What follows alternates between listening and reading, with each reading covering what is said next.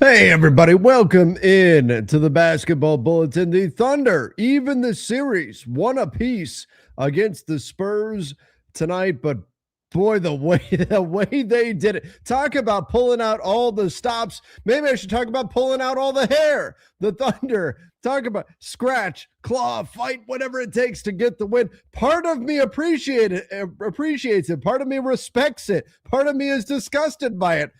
I don't know which way to go. I don't know how to feel about this game exactly. I will say this. The Thunder showed a lot of fight, a lot of heart to get this win. I want to commend them for that. But wow, did they really get super physical, super floppy, said whatever we need to do to win, we will do that thing. So that was it was a hell of a game. It was a hell of a game. There's a lot to talk about here. We got to talk about we got to talk about the injury side of things and what's going on with that. Does the NBA have an injury problem? Does the NBA have a flopping problem? Does the NBA have a Wemby problem? We've got a lot of stuff that we need to get into here. So if you are coming in and you have not subscribed yet, please hit that subscribe button. But let's get into this. So 122-113 win for the Thunder. Again, a must-win game. And I thought, to give the Thunder credit, I thought the Thunder played the game as though they must win this one. I thought they did a phenomenal job just coming out there and being the aggressor, being more physical. You look at what happened to the Thunder in game one between these two teams. They got just crushed on the glass. And then this game, you look, not so. They took care of that. And a lot of that was Isaiah Hartenstein was able to play a lot more. Now, Hartenstein also just fouled the shit out of Victor Wembanyama all game long. All game. I'll show you in a minute. There's a highlight package of all of Hartenstein's fouls on Wemby going around. I mean, just insane stuff. But you give him credit because he had to do that in order to stay on the floor. He didn't get to play much last game. This game, though, 41 rebounds for the Thunder, 45 for the Spurs. Okay. You only lose the rebound battle by 4? That's fine. Offensive rebounds, 16 for the Spurs, 17. You actually won the offensive rebound battle if you're OKC. And I thought that was not just indicative of the offensive boards, but loose balls. I thought the Thunder were first to loose balls all game long. I thought they played more aggressive. And again, a big part of me wants to just say bravo. Well done, OKC. You went out there. You fought like you must win that game, and therefore you deserved to win that game. That said, there were also a lot of shenanigans. But look at the turnover percentage. That is how the Thunder win games right there. And certainly part of it, unfortunately, no De'Aaron Fox for San Antonio due to injury. No Dylan Harper for San Antonio. Due to injury, hamstring injury. That could be a big problem. The Thunder, they lost Jalen Williams first quarter. Hamstring injury. What is going on with all these hamstring injuries, all these calf injuries, Achilles injuries? We may be at a point where the NBA game is pushing the human body too far. Is there anything they can do about it? I don't know. But take a look at this. This is when I talk about shenanigans. This is the kind of stuff that we're talking about here. Like, what is this? This is the Western Conference Final. What are we doing? That's getting a foul call? That should get an Academy Award, not a foul call. My God. Like, that's insane. That's absolutely insane that kind of thing is getting a whistle. And this is part of the stuff. When people get pissed off at OKC, are there other players in the NBA that flop? Yes. But people get pissed off about OKC because they do things like this while on the other end fouling the hell out of you nonstop. And I'm sure, look, are there plays that we could find where the Spurs may have flopped? Yeah, there's certainly plays we could find. There are plays that we could find for every team in the NBA where somebody flops, right? It happens. Guys flop. It's a thing in the NBA. I wish it wasn't. I wish they can get rid of it. Retroactively, should a fine be issued here? Absolutely. You know what the NBA should do is from the NBA account, they should tweet out this clip and say, this is a $5,000 fine. That's what they should do. Publicly humiliate the floppers if you really want to get rid of flopping, or 30,000, whatever it is, the number comes out to be. $10,000 fine, $20,000 fine, whatever it is that you're going to do. This is a flop. It's that kind of stuff that gets people upset with the Oklahoma City Thunder. And then you see what's happening on the other end of the floor, right? In terms of what the Thunder are doing. Check this out.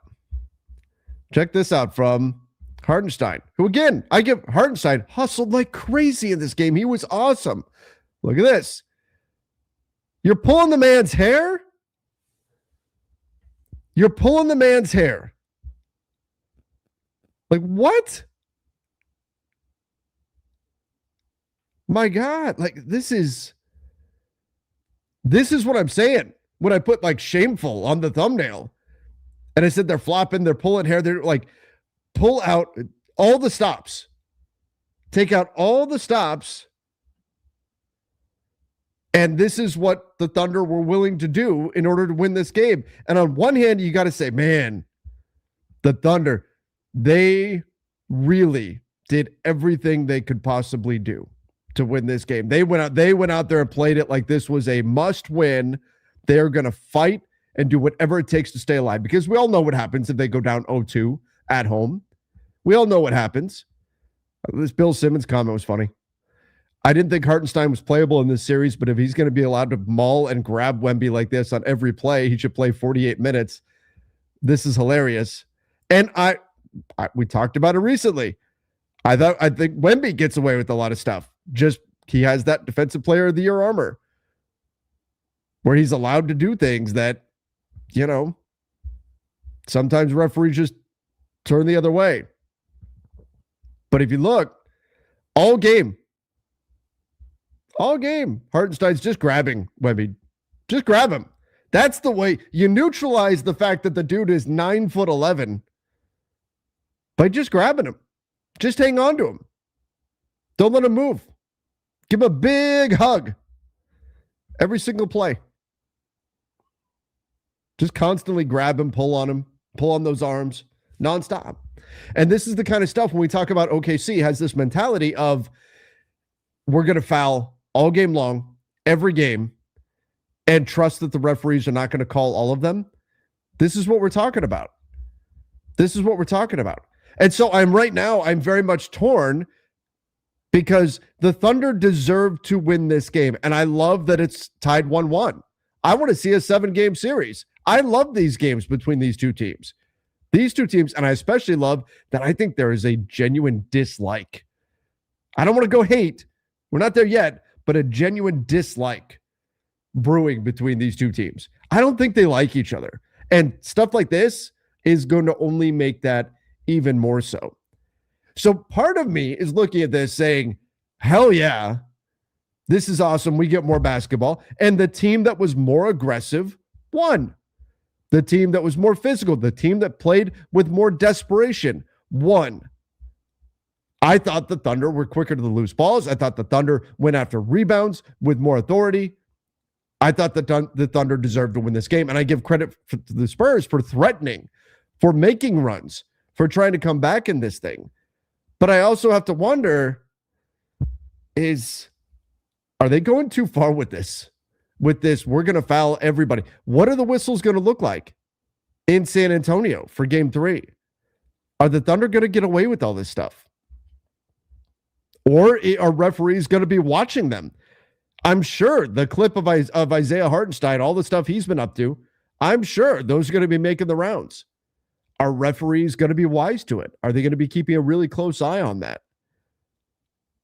That's what I'm curious about. If you look, the total foul calls, tied 21-21.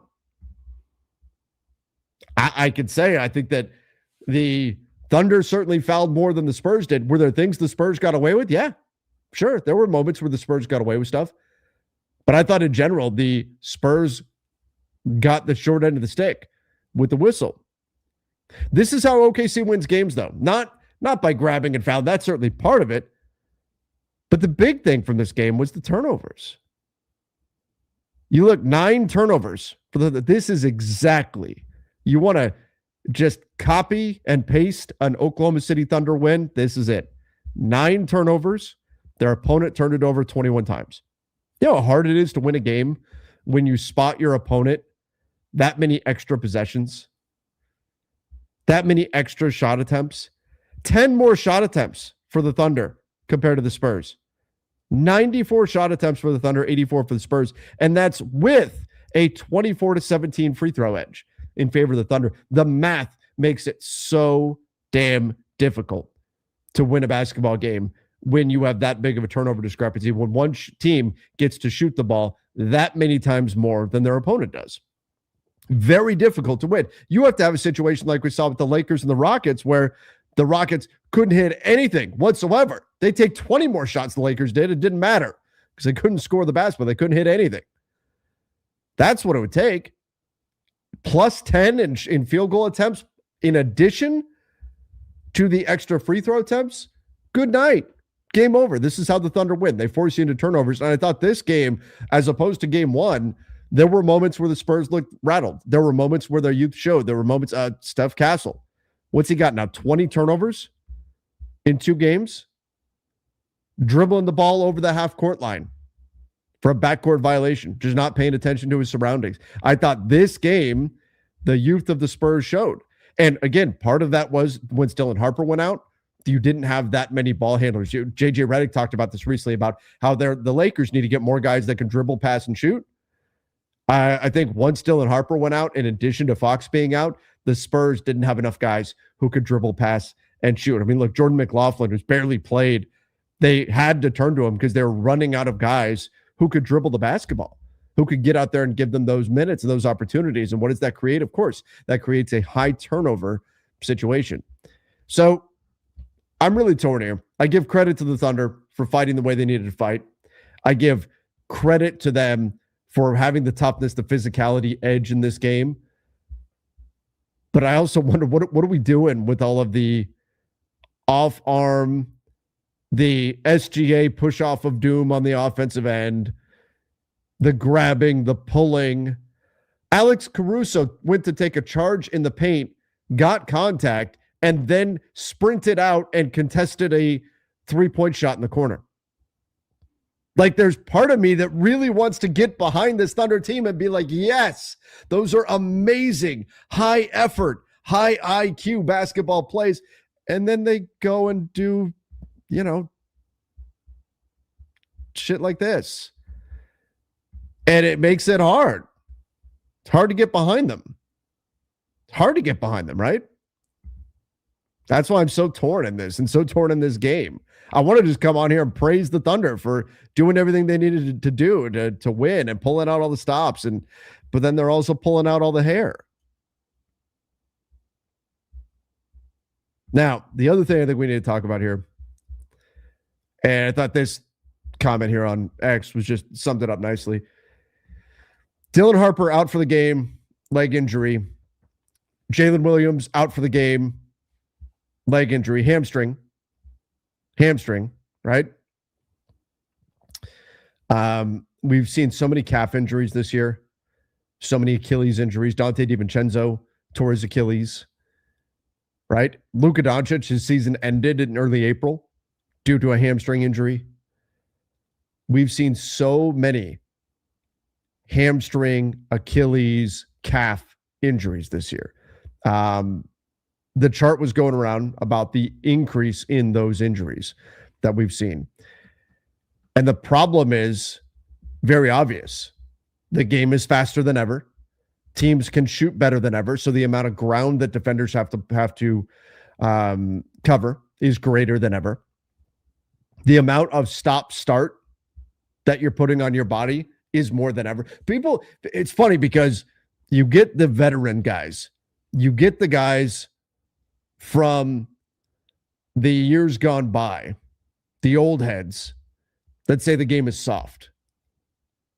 Those guys would not have been able to keep up in today's game. And I'm always the one to say, look, if you were to give them a time machine and get the younger version of that guy and train that guy up in today's game, were they good enough athletes to handle it and all? Yeah. But man, if you just teleported one of those guys from 1997 into the game today, they'd be sucking wind early in these games. You go watch one of those games, you watch how often guys got to just rest.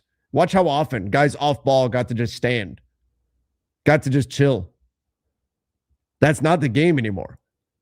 We don't play a game anymore where 8 of the 10 guys on the floor are in the paint or just outside the paint. Now you've got to move faster and over more ground than ever before. And if you don't, you're getting scored on. And on the other end, if you're not coming off of multiple screens, if you're not accelerating, decelerating, doing everything you can to shake your defender, the defenders are too quick, they're too good. You're not going to get a shot off. The defender, unless it's James Harden, the defender's not just going to look at you and not close out. Every time you get a closeout, it's put the ball on the floor. It's push off, explode into the paint, make a quick decision, kick the ball back out, put the defense in the blender, get an advantage, maintain the advantage, rinse and repeat. This is a lot of explosive activity being put on your muscles. And so it sucks. It sucks that we keep seeing these injuries. But in today's NBA, I think the thing that's becoming clear is that you need depth. And this was my argument against Jovan and Jason the other day on Lakers Collective when they were talking about go for Giannis, basically saying you're not going to get depth anyway for the Lakers specifically. And I said, I don't think the Spurs build and the Thunder build is a build where you say, well, we can't try to be them, and we're just going to wind up being a worse version of them. Because I think today's NBA, it's just a requirement that you have depth. Because the fact of the matter is that guys are going to get injured. Because you know what the solution to this is? You know what the solution is? It's less games. That's the solution. Because the game's not getting slower. It's not going to slow down. The skill level's too high. The solution is less games. The solution is you're not playing. Like right now, both conference finals, the cadence to both finals is every other day you're playing. Every other day. During the season, how many back-to-backs on the road do we see? The problem is these guys are not getting a chance to truly recover. Not fully. And it wears on you over an 82-game season. But nobody wants the solution to that because that means less money for everybody. Nobody wants that solution. Less money. So that's the issue. Now, the NBA will push back and they'll say, well, you need to train harder during the offseason so you're more prepared. We see an uptick in injuries and things early on in the season because guys' bodies aren't ready. They haven't been doing a good enough job. And I think there's probably something to that. There's probably something to that. But I don't think guys are out of shape, are not prepared for the rigors of the season when we're here in May. By this point, at the very least, guys have played their way into shape. I think it's just the reality of the NBA game. So now you need to have depth on your rosters. You need to have not 5 guys who can play, and you're just going to play them the whole time. You need 10 guys who can play. You need a lot more depth than you had before because there's a real damn good chance that you've got multiple players on your team injured at any given time. It's the way it is right now. It's unfortunate. It's the way it goes. All right, let me get into some of your questions, some of your comments, all of that. Series tied at 1 apiece. The Thunder take game 2. We're going to head to game 3 back in San Antonio. I think this is an exciting series. I think it's a fun series. The Thunder got super physical with Wemby. Wemby, who went through for 40, whatever, game 1. 17 rebounds in this one, but just 21 points. The Thunder got ultra physical, which frankly is probably all you can do. Because again, he's 9'11". It's all you can do against Wemby is get super physical with him. Try to make him as uncomfortable as possible. Is Adam Silver in a relationship with referees? You know what's funny though? Is everybody and I do it too. Everything flows up to Adam Silver. We've got this impression of Adam Silver that he is just this, I don't know. He's what's his name? Dr. Claw or whatever from Inspector Gadget. He's sitting in the chair, with with just this mangled supervillain metal hand, right? And he's concocting all these evil plans for the league, right? That he oversees everything, and that he is manipulating it all, right? Adam Silver is an employee. That's the truth. Adam Silver is an employee. He works for the owners, not the other way around. The owners don't work for him. He works for them. It's funny. It's funny, but I get it. We tend to substitute Adam Silver for the league. What would the league want, right? Wouldn't the league want all these series to go 7 games? Because money, right? I mean, think about it. If a series goes 5 games when it could go 7, that's millions upon millions of dollars that you just lost, that you didn't get as had it gone 7.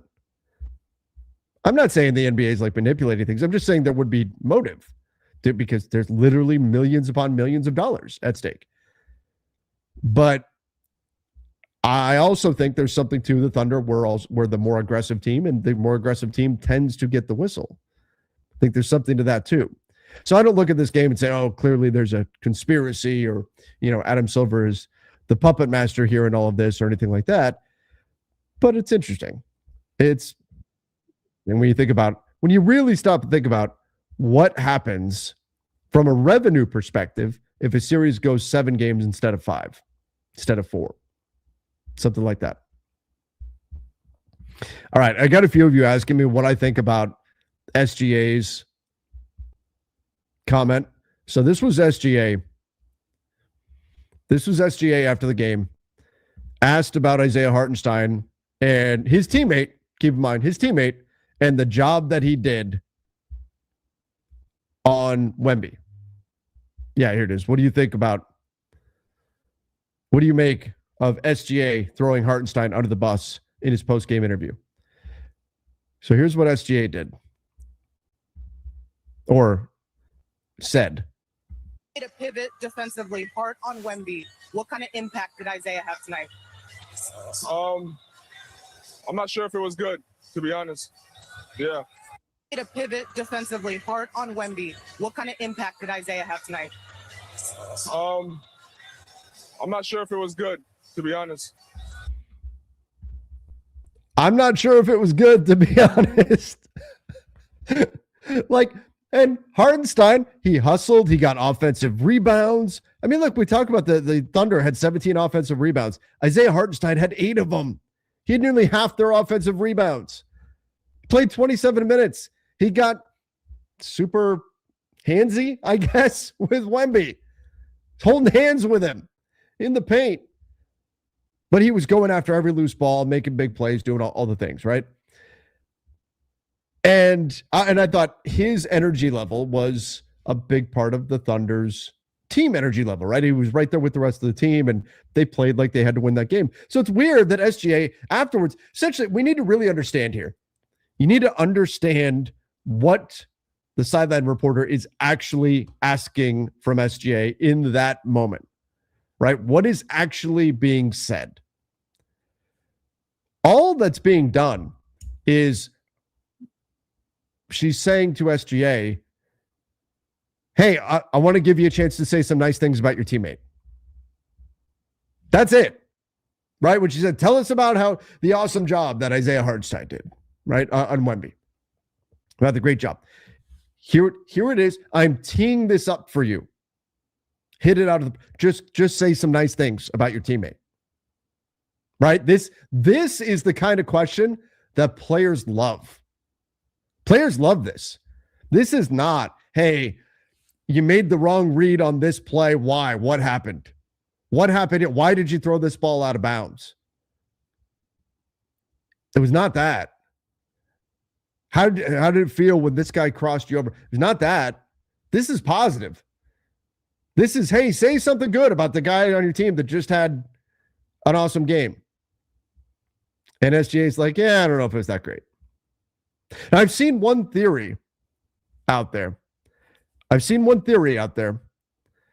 That SGA was trying not to give Wemby any whiteboard material. That if he goes, Hart was awesome, he locked up Wemby, that's the kind of physicality we need every single night, that's just going to have Wemby extra pissed off for game 3 and wanting to prove a point. I get that. Not wanting, Wemby does play with emotion, right? He plays with emotion. He's a guy who takes things personally. He uses things to drive, as a lot of greats do. I guess I could understand that. But still, in the moment, it was pretty funny. It was pretty funny. Now, of course, he did say other good things about him and all of that. So I would say this, don't take this too seriously, but just, it was a little funny that SGA threw that out there.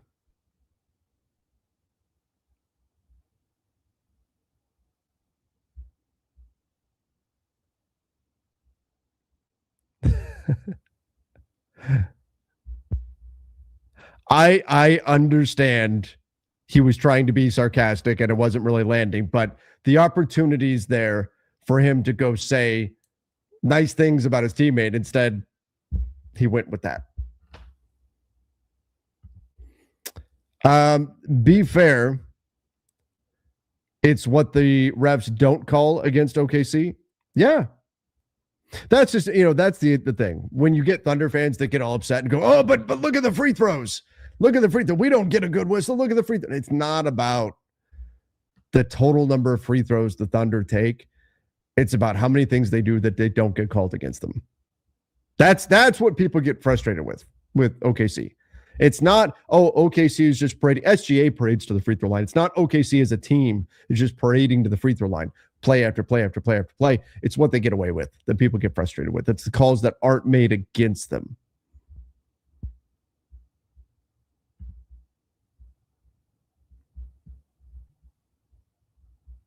Spurs need Fox to have a chance now that Harper's out. Yep. They got to get De'Aaron Fox back. They absolutely do. They got to get De'Aaron Fox back.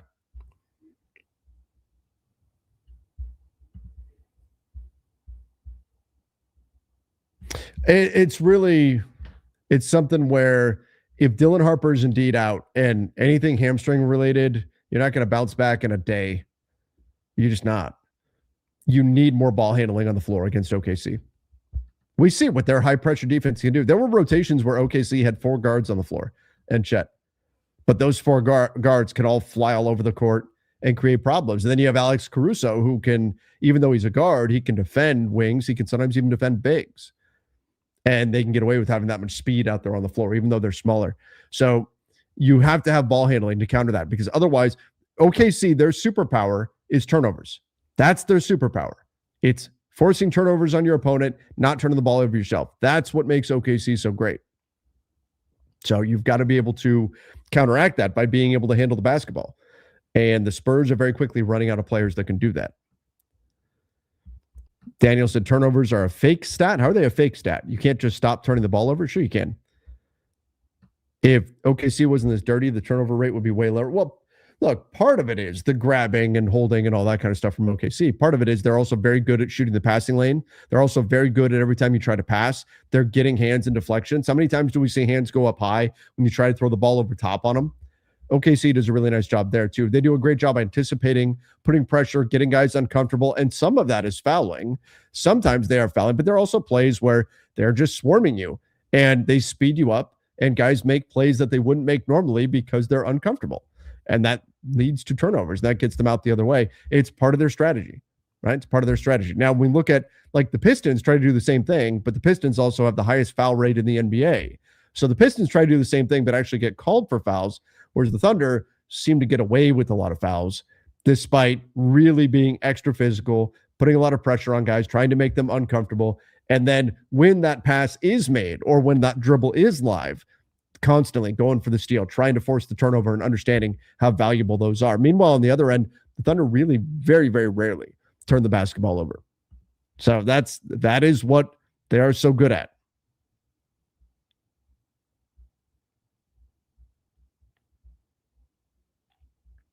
Their superpower is hacking more than the refs can whistle. Again, they foul the hell out of teams. There's two things can be true, right? They're very good at forcing turnovers, and they foul constantly. They do both. They do both. And do those two things go hand in hand? Sometimes they do.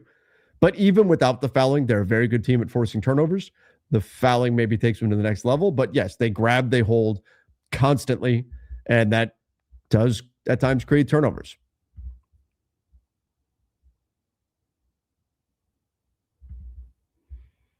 Let me get into some of your questions, your comments. I'm not going to do as long of a show tonight as I have the last few nights. Just want to get on here and talk about this a little bit. Prefer LeBron, Giannis, and Luka, but if getting Giannis is not possible, Lakers front office should try to get Kyrie. Austin Reeves, Jake, their salaries equal to Kyrie. I mean, the question is, as I've said, with every Austin Reeves sign and trade that fans come up with, it's, does Austin want to go to that team? Because if he doesn't, then that's it. It's over. Done. So I don't know the answer to that. But that's just something we have to keep in mind. Whenever we can't look at it and say, man, here's my concern. This is why I keep saying this. My concern is we're going to get to September, October, the season's going to start. Austin Reeves will be a Laker, and I'm going to have people say, Lakers are so dumb. They should have signed and traded him. It's not their decision to make. It's not. It's Reeves' decision to make. They can choose to not sign him, but I don't think they're going to do that. They can't sign and trade him unless he wants to be signed and traded. So again, when we look at scenarios like this, you got to think, is that something that the player actually wants? Now, Kyrie's also, 34? And just missed the entire last season due to injury?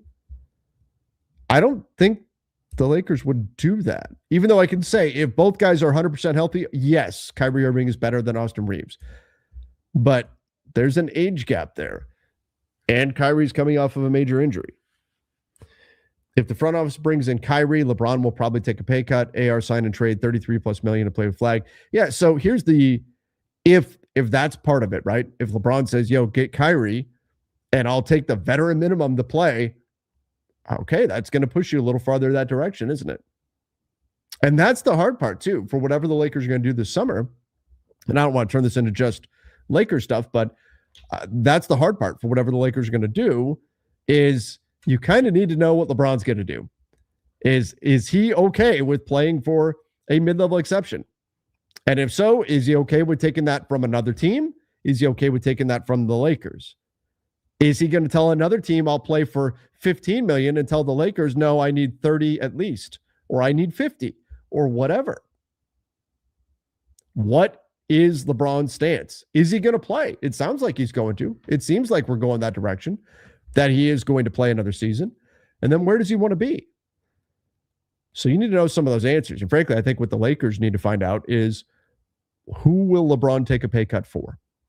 Who are the players where if the Lakers come to LeBron and they say, hey, if you take this much money, then we can get you these players are going to be joining the team.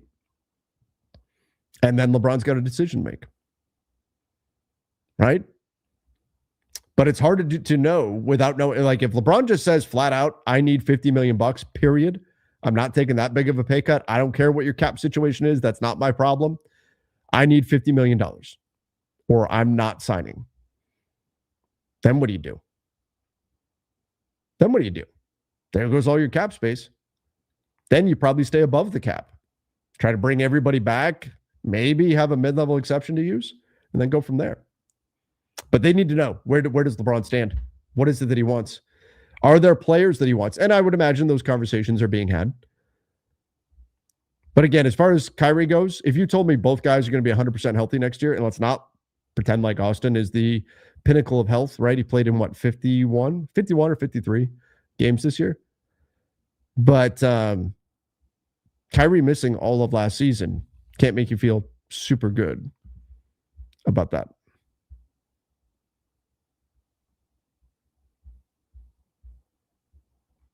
The easier thing, if you're of the mindset of like, hey, they need to trade Austin Reeves, it's to sign him to a contract now and then trade him in February at the trade deadline, because that's where he wouldn't have a say, That's where it doesn't matter where he wants to go. You can just trade him, right? This summer, like if the Lakers say, "Yo, we're going to get Giannis and we're going to sign and trade you to Milwaukee," cool. Austin grew up in the South. Austin might look at Milwaukee and be like, "That winter, no, thank you. Nope, not interested." That's it. It's done. Nothing you can do about it.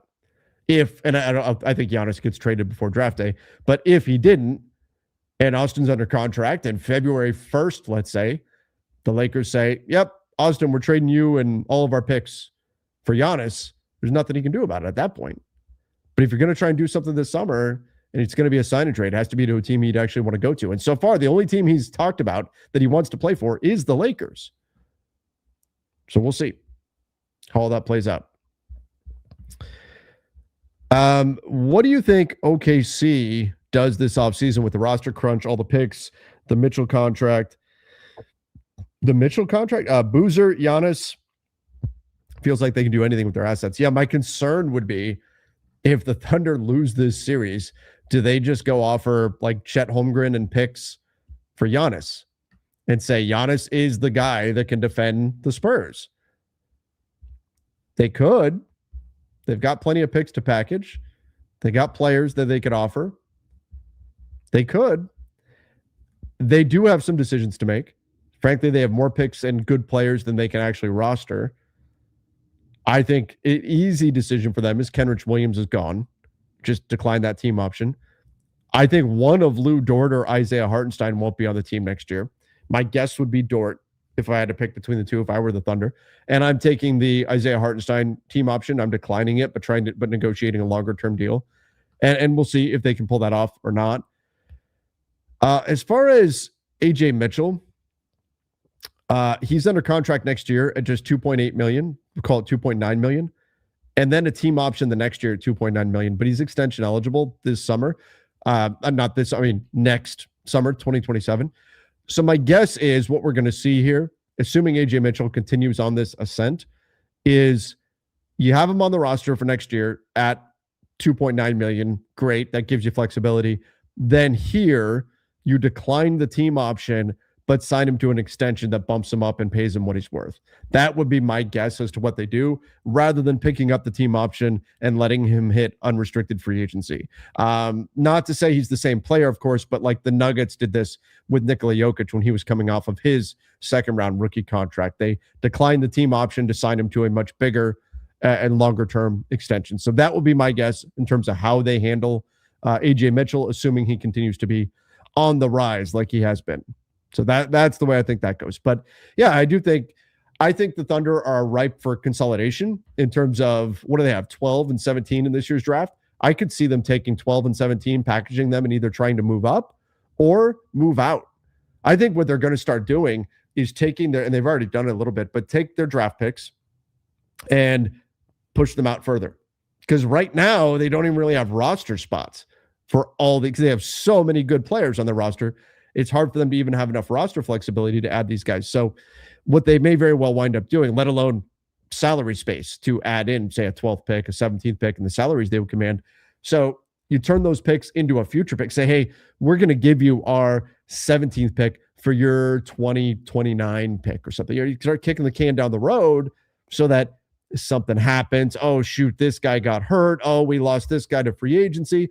Now, suddenly, years down the road, you've got all these picks that you've stashed to build you right back up. That's what I'm doing if I'm OKC. It's a scary thought that OKC can take some picks from right now, convert them into picks for, I don't know, let's say 2030 or something, and have this big stockpile of picks just sitting out there for them to either make trades with, or eventually when those picks come up, they've got a constant influx of young talent coming in as some of these guys age out or get salaries that are too big and the team starts to break apart. Boom, instant influx of more talent, because you can take the picks that they would be having right now for guys that, frankly, they probably can't put on the floor and turning it into future picks down the road. So that's what I think the Thunder are going to do. That's how I think they're going to handle this. It makes a lot of sense, and I think it adds to a degree of sustainability for OKC in a league where sustainability is very, very difficult to create, because that's what the model is designed to do, is not create sustainability. What they don't want is any one team sitting at the top for too long, or any one team sitting at the bottom for too long. There needs to be a constant churn, a life cycle of a team. They want fans to have hope, and they're constantly to be a teams on the rise. And then the teams that are at the top, they don't sit there and just hold everybody else down forever. They drop off, and then they start to come back up, and around you go. That's the ideal model for the NBA. The problem is for the teams, they don't care about that. Thunder don't care if other teams have an opportunity to rise or not. They will burn the ladder behind them to make sure that other teams cannot ascend, because all they care about, and all they should care about, is their own team success, how much revenue their team is bringing in, how many playoff games they're getting, how many championships they're winning. It doesn't matter what anybody else is doing. Their job is to beat everyone else. The NBA's job is try to create a league where fans of all teams stay engaged year round. That's Adam Silver's vision. That's his goal. The Thunder, their goal is the opposite of that. The Spurs, their goal, any team, their goal is the opposite of that. Their goal is to make their team as good as possible and win as long as they possibly can. And if that means they win 30 straight years, then that's a beautiful thing for them, right? Just two different things.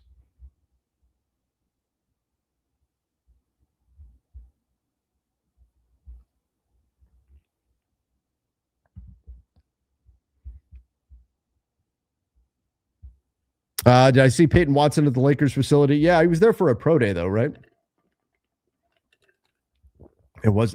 And by the way, during the offseason, players of it's almost like a 24-hour fitness or something like that, right? Where if you're a member at one, you can get into any of them, or what Anytime Fitness. I don't even remember which ones allow you to do that, but that's the idea, right? If you have if you're an NBA player, you can be an NBA player for the Orlando Magic, and you're visiting Portland. You're in Oregon part of the summer. You can go to the Blazers facility and get a workout in. You can go do that. Not during the season, of course, but you can do that during the offseason. You're allowed to go to any team's facility. So Peyton Watson, look, there's a lot of players in LA, so a lot of players go through the Lakers facilities. That this is not the case here, but my point is that it's not uncommon to see players at the facilities of other teams that are not their own during the offseason. In this case, he was there for a pro day, but the NBA wants players to have access to the top level training, the top level equipment, all that sort of stuff. And so they wisely have it set up this way. So you can go to whatever facility you would like to go to.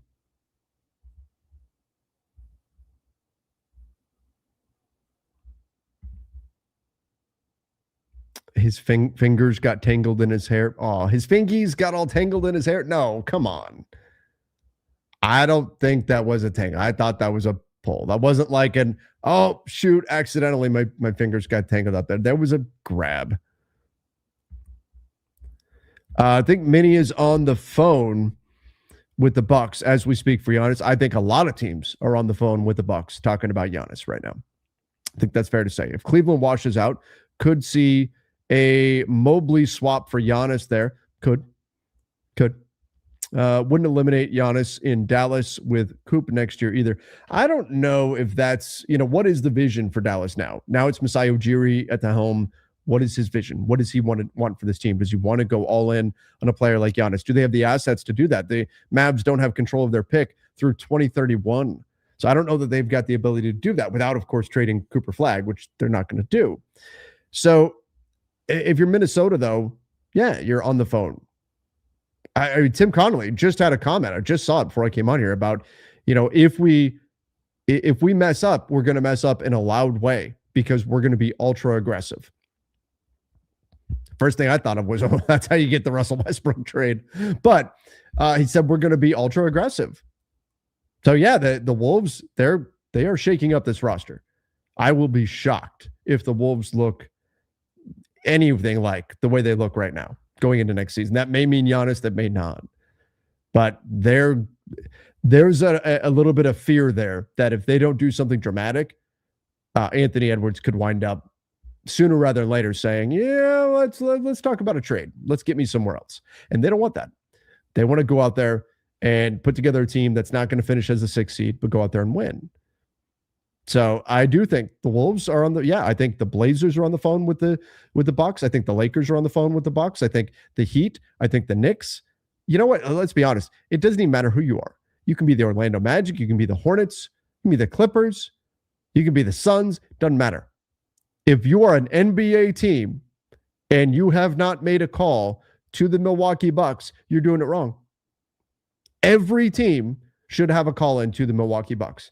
And that doesn't necessarily mean that every team could land Giannis. If you're the Rockets, by the way, maybe the team we're not talking about enough, the Rockets should have a lot of motivation to do something dramatic.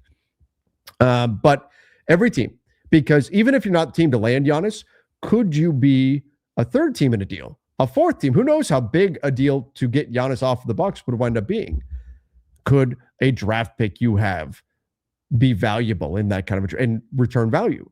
For example, let's say Minnesota decides, okay, you know what? The way that we're going to get the assets that the Bucks want is we're going to trade Jaden McDaniels in order to do it. Now, I don't know if I'd recommend them doing that, but let's say they say, well, we need Giannis. Could you be a team that says, well, you know, Milwaukee doesn't want Jaden McDaniels.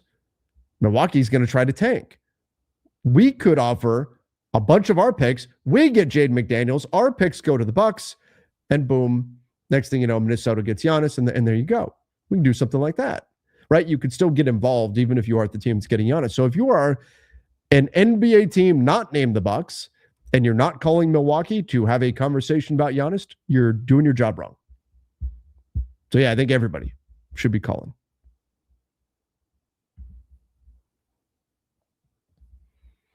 Giannis will age horribly. Don't forget the Celtics. Yeah, I know. I promise it was not intentional, but probably somewhere in the purple and gold recesses of my brain, I'm blocking the possibility of Giannis to Boston. But let's face it, if they want to move Jaylen Brown, that's probably a pretty good offer. Giannis will age horribly in the modern NBA. I do have concerns about how dependent on his athleticism he is. So what happens when that athleticism starts to wane, especially for a guy who only played 30 some odd games this year because he's been dealing with a calf injury? What happens there? Do you sit Jalen Williams for the rest of the series? If the hamstring's been re-aggravated, yes. And the Thunder have shown that it doesn't matter, that they can win without Jalen Williams. I've said it, it's not meant to be a shot at SGA, but he is the lightest lift of any superstar in the NBA. His team can win just as well. Sometimes they're even better without him. That's how deep and how good the Thunder are. Can't risk a hamstring injury if he's not 100%. Same thing happened with Luka. Yeah. Especially because it's not like there's a reason to risk it, because they've shown they can win without him. So if you're putting him on the floor, let's put it this way. If you're putting Jalen Williams on the floor and you know he's not 100%, so you've got a heightened injury risk, plus he's only playing at, let's say, 70% of his peak. Well, that's probably not better than the Thunder just leaning in more heavily to their bench. The Thunder's bench is probably a more positive on the floor than 70% of Jalen Williams. And that's not to say he's not a good player. He's a very, very good player. But that's how good the Thunder's bench is. So that's the challenge there, right? If you're OKC, Jalen Williams may say, I want to play. But if you're the Thunder, you got to say, look, we're good. We'll be okay. Get healthy. And again, it goes back to our whole conversation about injuries in the league.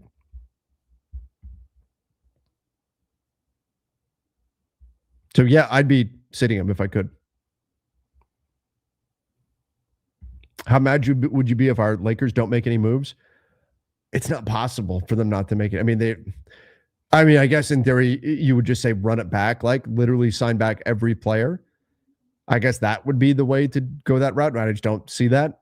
But they have so many guys that are free agents that even if they didn't want to do anything, they would kind of have to, just because, again, so many guys are free agents already.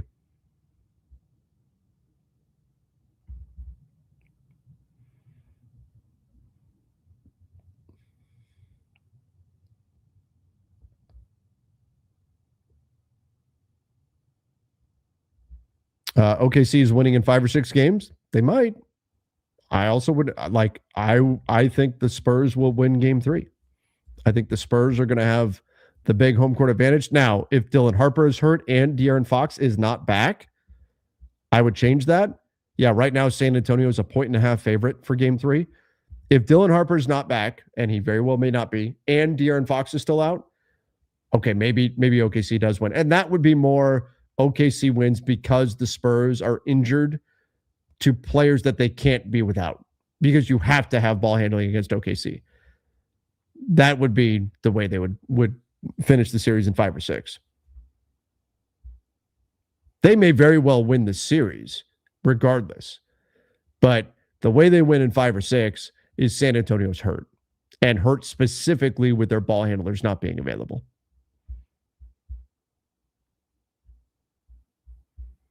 The Cavs win game 2.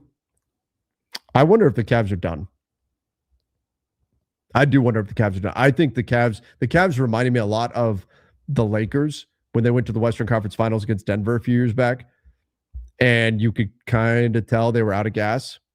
After that, they tried to make a comeback in game 1, and they kind of sort of got there a little bit, but not really. You could just see they threatened to get back in it, but weren't able to get over the hump. And then from there, they didn't have the gas tank in game 2, 3, 4. And Denver was better than them, period. But I wonder, were we seeing the Cavs run out of gas in game 4 for game 1? Or did we see the Cavs run out of gas for the playoffs? Because remember, again, it's not like you get 3 days off between. It's every other day that you're playing. And we're going to find out in game 2. I think there's an opportunity for the Knicks to step on their throat in game 2. And really, especially, I'm going to be keeping an eye on it in the 3rd quarter and the 4th quarter of game 2. That's my concern for Cleveland, is that they may, after 2 7-game series, that they may be out of gas.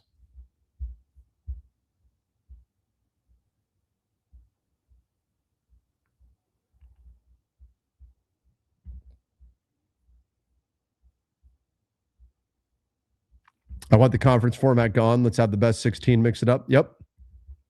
I'm in agreement. Kenny Atkinson ran out of gas. Kenny Atkinson, man. Call a timeout, dude. You don't get to take him with you. In fact, he even lost timeouts because there's use it or lose it timeouts. He lost timeouts during the game. It's not like you get to take them home with you. Use your timeouts. Change up your defensive schemes. Hell, sub James Harden out when he can only move in like a 10-foot circle. And that's about it. And I'm using move very loosely. As much as people want to pin all the blame on that, I talked about it last night on James Harden, a good chunk of that was also on Atkinson.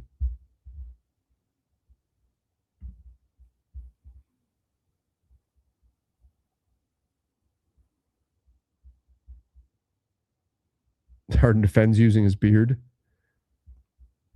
It's got to be terrible wind resistance. It slows him down, I'm sure. All right, everybody. I said I wasn't going to do quite as long of a show. I'm going to take a few more questions, a few more comments, though, once you guys get me talking basketball.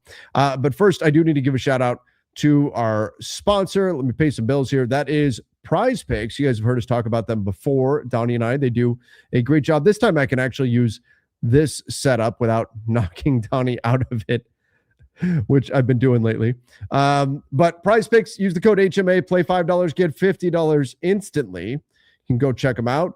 Evan Mobley, 11.5 points. Yeah, I think he will clear that. I do think the bigs are going to have to be very, very good against the Knicks if the Cavs are going to get the job done. And then Jalen Brunson was an absolute killer last game. OG Anunoby, 14.5 points. You know what? Let's just continue rolling with Jalen Brunson. Let's keep rolling with Jalen Brunson. So I'm going to go more than 27.5 points with Brunson. Mobley, more than 11.5 points. If you guys want to get in on it, $10 entry fee, we need $22. Code is HMA. Link is in the description down below. If you guys want to check out PrizePicks, we appreciate them being the presenting sponsor for the channel. All right. People hate on OKC because they're the best team in the NBA. Both teams got away with a lot. Look, as I don't have a dog in the fight. I don't care which team wins. I'm just glad the Celtics are out, right? It's not the Celtics. That's me. That's my own bias coming through this.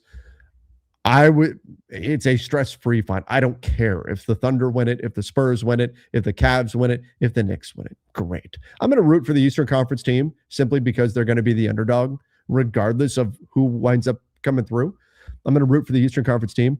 But watching the game from that perspective and appreciating the way the Thunder went out there and took that game and played with more force and played with more physicality and played with more desperation than the Spurs did. I thought the Thunder got away with a lot.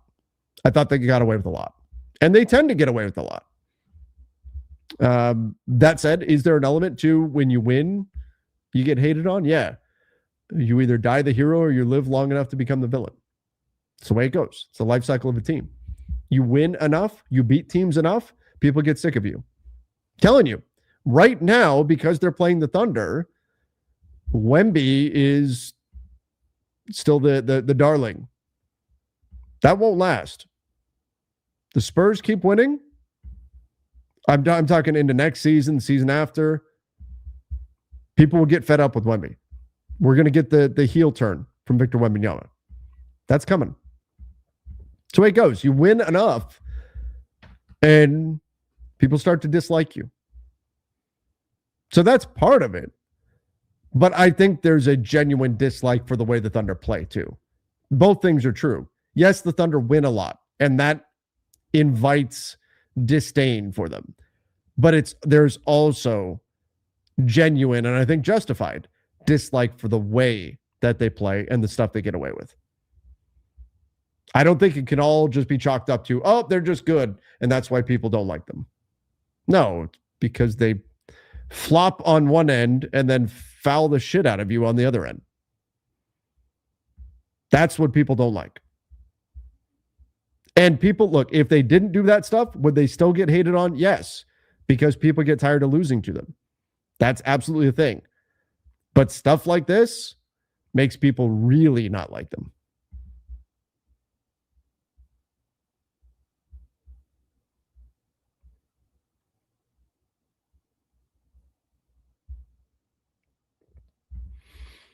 I want West and East gone. Bring National and American League like MLB.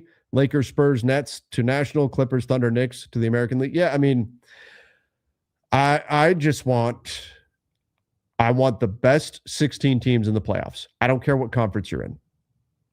I don't want any team making the playoffs because their conference was weak enough for them to make it and they fell backwards into it. I want the best teams in the playoffs. Period. And this year, the parity was, in terms of between conferences, was better than it typically is. Was definitely better than it typically is.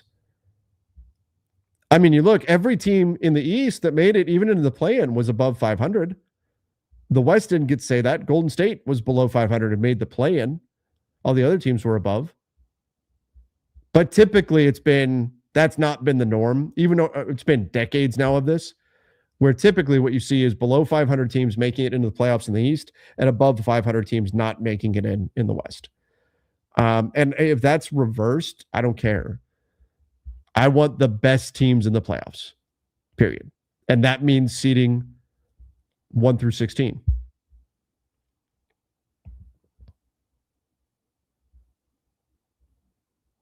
But that's me.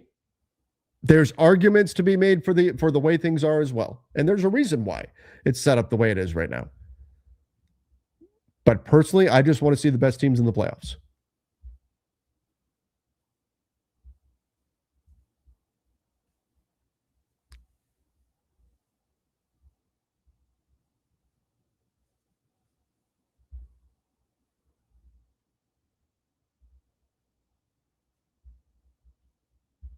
Heard the Suns owner wants no conferences.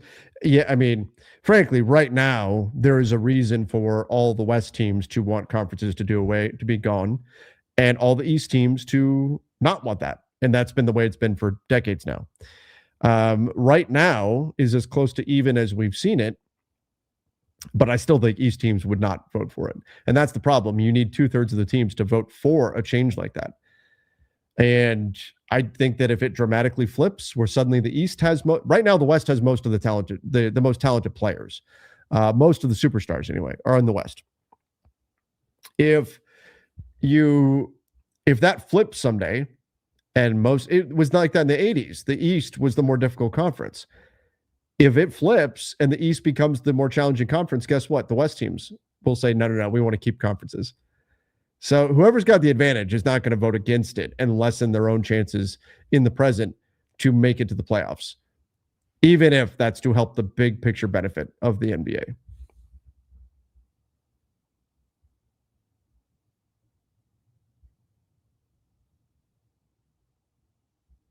Do you think all these flops and obvious ref help for the best team in the league actually hurt the way people view the NBA as a whole? Yeah, I do. There's an element to it. I think if the casual fan watching, why are Americans still not on board with soccer the way that you would think they would be? Because of the flopping and everything. I mean, sure, the speed of the game is part of it. Part of it is financial. No, you don't have commercial breaks like in football. Football, man, you can monetize the hell out of that. Because a play lasts like 7 seconds, 6 seconds, something like that, right? And then you've got a stoppage. And then announcers can talk, and you can throw up a DraftKings ad or whatever you want, right? Or a Snickers ad or whatever you want to throw on there. You can throw up ads for all this stuff. And so when you've got that type of setup, that's not soccer. Soccer, you're going to play a 45-minute half, and you're not going to have stoppages. You're not going to have opportunities to slot commercials in. You're not going to have timeouts. You have halftime. But I also think that the diving, the embellishment, as they call it, in soccer is a problem. And I think it creates a disdain for the game, a negative perception of it.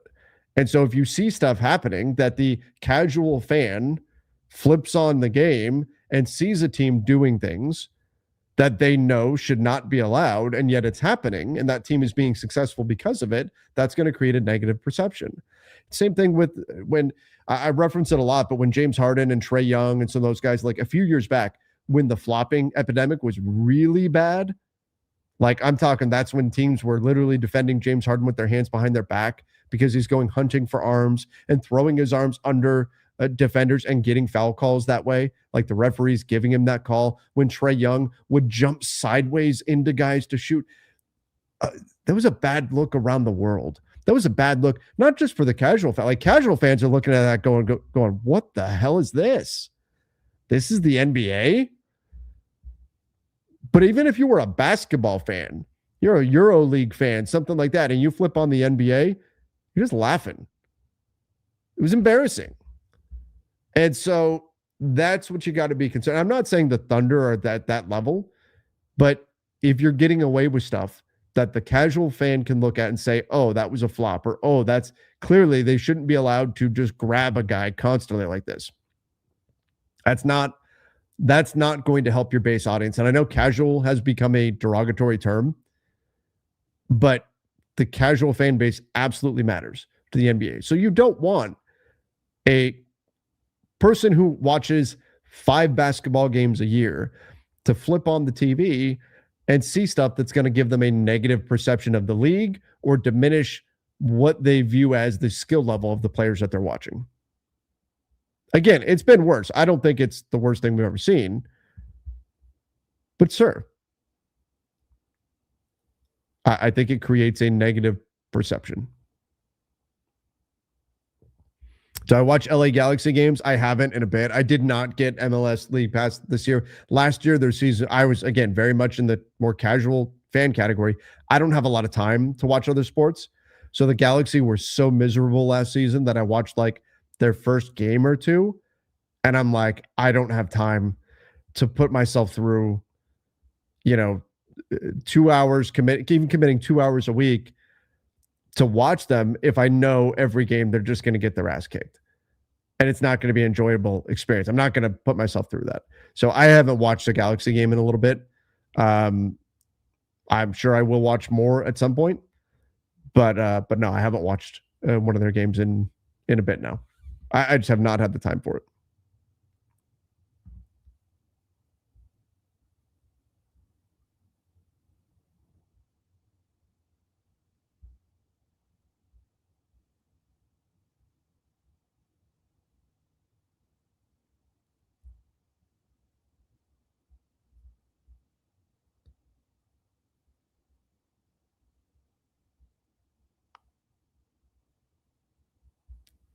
Let me see. I'm trying to go for a few non-Lakers things. No Fox, no Harper, no problem. Spurs will win game 3 if Castle no turnovers.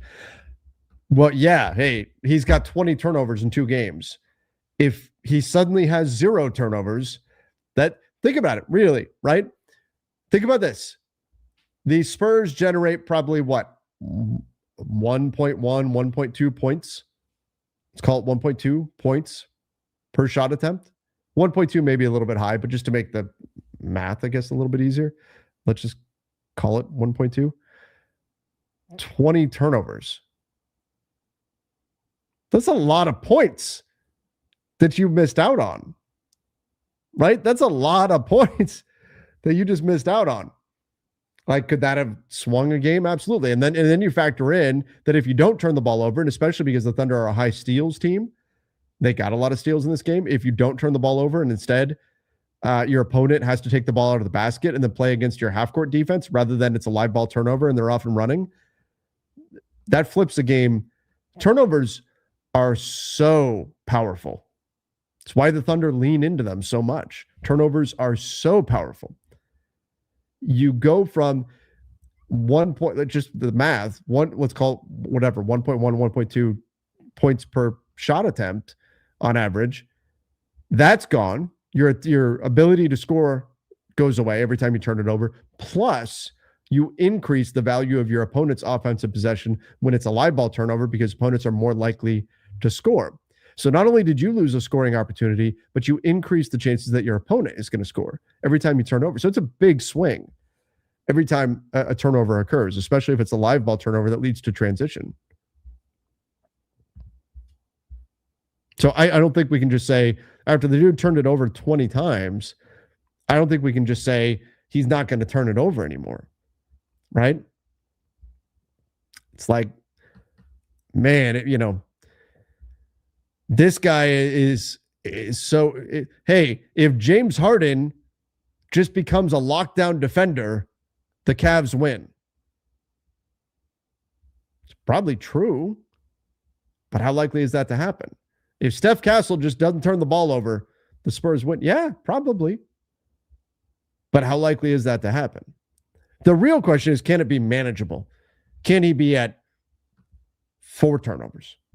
Even that's high, but if Fox and Harper are out, he's going to be handling the ball a ton. So can Harper be at 4 turnovers, which is a lot for a single game, but against the Thunder, it's not that much because they specialize in turnovers. They are the most difficult team for a guard to play against, period. So that's the real goal. It's not no turnovers. It'd be great if he had 0 turnovers, but the real goal is, can you make it a manageable number? If Castle gets hurt without Fox or Harper, if Castle gets hurt, you're out of ball handlers against a team that is the very best in the NBA at making life difficult on ball handlers.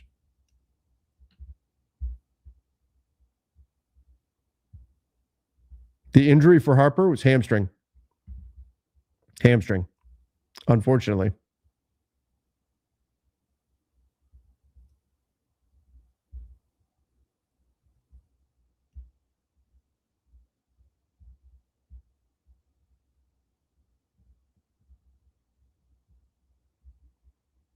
Do I like all the Lakers jerseys? No, not all of them.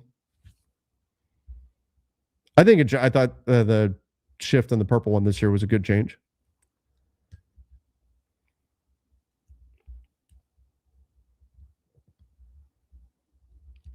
Who would you rather have, 2018 LeBron or 2016 Curry? LeBron. That's easy. Curry's great, but I don't understand the arguments from people who try to, LeBron versus Curry, and Curry's going to get one more championship that's going to put him ahead of LeBron. LeBron's in the conversation for greatest of all time. You may think he is, you may think he isn't. I don't particularly care, but he's in that conversation. Steph's not in the conversation for greatest of all time. That's the bottom line. So I don't understand why some fans try to argue like, oh, Steph's better than LeBron or whatever. It's LeBron. Anybody watching basketball, Steph is great. It's taking nothing away from him. But LeBron might be the greatest. So it's no contest. It's easy. Who would you like to see win the chip? If I could pick any of the 4 remaining teams and bestow upon them a championship, I think I would go Knicks, just because it's been so long since they've won. I would go Knicks. Again, I'm not losing sleep over whoever wins. Not one bit. If it's the Spurs, if it's the Thunder, I don't care. If it's the Cavs, Knicks, fine. But if you told me that I have the power to pick who's going to win it, I would, and bestow upon them a championship, I would probably give it to the Knicks. Although they did annoy the hell out of me when they didn't hang the NBA Cup banner. Because I think that was a very selfish thing that they did by not hanging that banner. I thought that was being a bad citizen of the league decision. Because now you've got a situation where every team each year now has to make the decision. Whereas had they just hung the thing, then that's what it is. Because every team before them had hung it, every team would be the expectation. Now next year, whoever wins it, it's going to be, are they going to hang it or are they not? Yeah. But nonetheless, I would still go Knicks.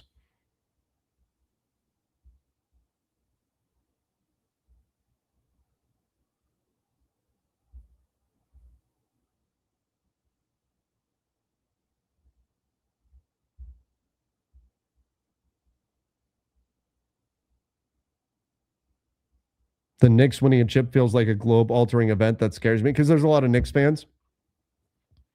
I don't know. I don't mind Knicks fans. Knicks fans can be a little crazy, but you know what? So can Lakers fans. Maybe there's that familiarity, right? They've got a very large fan base that's very loud. The Lakers have a very large fan base that's very loud. Maybe it's the fact that Josh Hart, former Laker, is on the Knicks. Jordan Clarkson, too. Maybe it's that. I don't know. I think there's something a little endearing about the Knicks.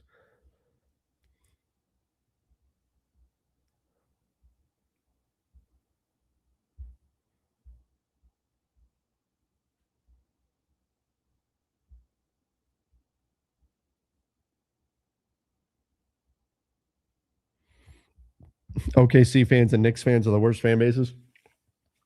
There are a lot of people that say Lakers fans are the worst. There are a lot of people that will say it's Warriors fans. For a while, we had lots of different jokes about Warriors fans and you know how they couldn't stay up late for games because otherwise they'd be too tired in homeroom the next day and stuff like that.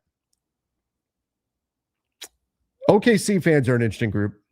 There's a newness to them. It was kind of the same with Warriors fans. Warriors fans, you could tell with a lot of Warriors fans, there wasn't much of a frame of reference.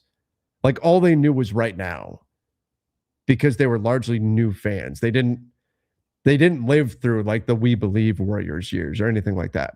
They weren't around for that.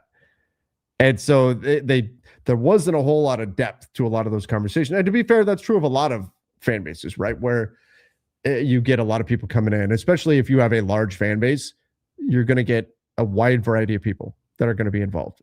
But everybody's got their opinions on who's the worst fans or whatever. Thunder fans are interesting because they're constantly defending their team and constantly trying to well, what about? You know, they hit you with a but what about it? What aboutisms? And so you could see it. You see what your team is doing. Everybody knows it. And everybody gets defensive about their own team, but it's just funny. They try to have those arguments. Celtics fans are the worst. Celtics fans are the worst they'll get in the whole like, oh, well, the Lakers, this championship doesn't count because they were in Minnesota. So these are pretend championships and you know, that kind of stuff with Celtics fans. But I also expect it from Celtics fans, just like Lakers fans will say, yeah, well, you guys won what, like 8 championships against Postman, right? The dude delivering the milk.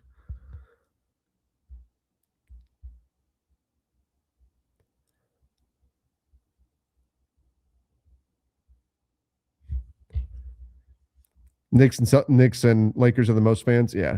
When you have a large fan base, you're inherently going to get a wide variety.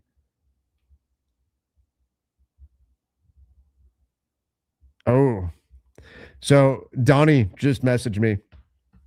There's a video going around here. I'll see if I can share it. One of the, the different Twitter doctors and everything that look at things,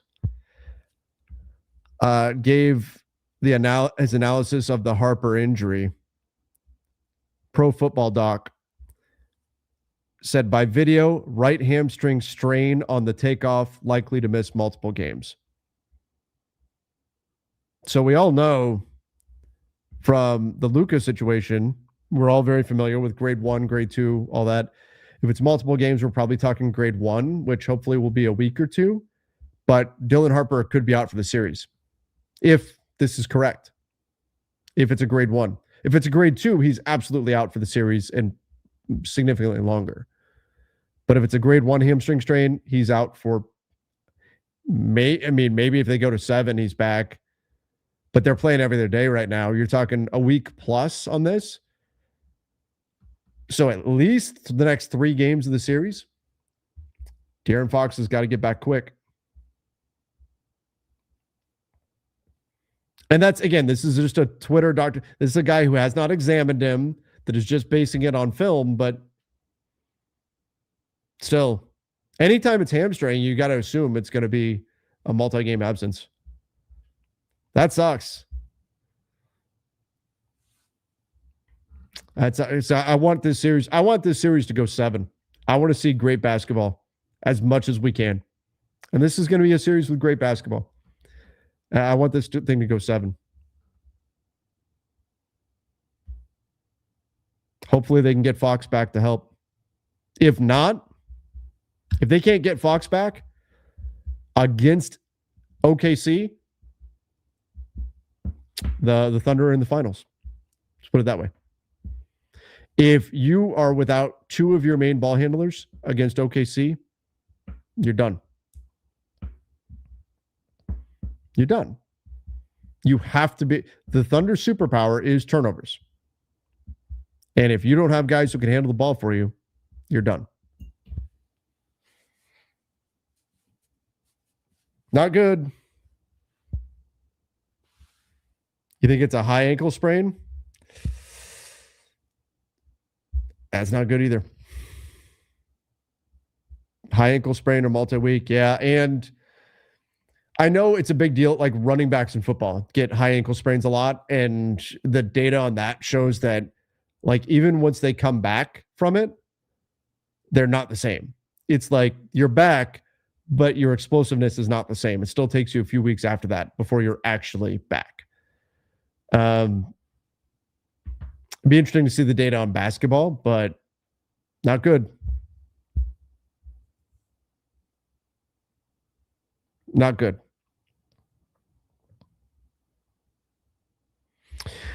All right, everybody. On that positive, happy note, appreciate all of you for being here. The Thunder get the win through some unscrupulous methods, perhaps, but I also thought they were the better team. They deserved the win, that they played harder. They played with more desperation. I wish they didn't do some of the stuff that they did, but they did. And now it's going to be interesting to see how the Spurs respond in game 3, and all eyes now on De'Aaron Fox.